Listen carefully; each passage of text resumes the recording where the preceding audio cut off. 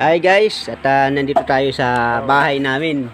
Yan, bahay po namin yan. Ito po bahay ng aming magulang. At meron po silang ginagawa. Yan, na abutan natin dahil nagkukupras po sila. Ito po yung mga nyog na pinatuyo nila. Ayan. At dami po guys. Oh. Ayan. Tignan nyo po kung ano pong proseso ang ginagawa nila. Ayan na. Ayan. Tinatanggal nila sa bao yung pinatuyo na laman ng nyog. Ayan. At saka ayan yan. Di ba? Nakita nyo guys. So, sandali lang po nilang matanggal yung laman ng nyog doon sa pinaka shell niya. Ayan. Yung pinaka talukap. At ito naman yung pagtatagdad para maging maging maganda yung pagka inilagay na po sa sako. Yan po ang proseso ng kanilang paggawa. Ayan, at sobrang hirap po ng ginagawa. Siyempre nakikita natin kung paano ginagawa. Ayan. At ayan, pinag-aanohan po yan ang oras sa araw.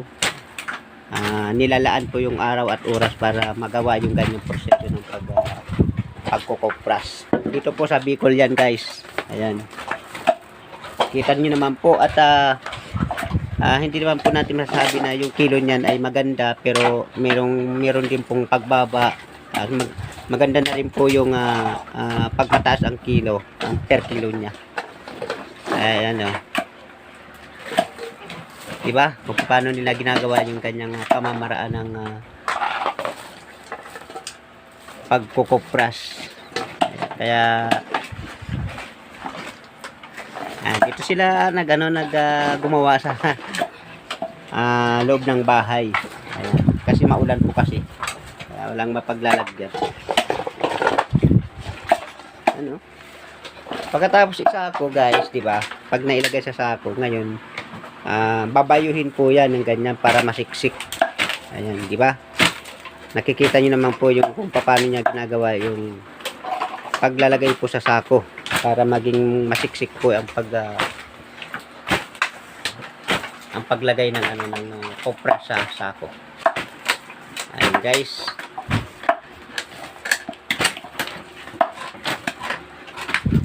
Ito po guys yung ginagawa nilang yung ito po. Itong kopras po, yung pong ginagawang langis. Yan. Ginagawang langis po yan guys. Napaka-organic po ng langis na yan. Kaya masarap.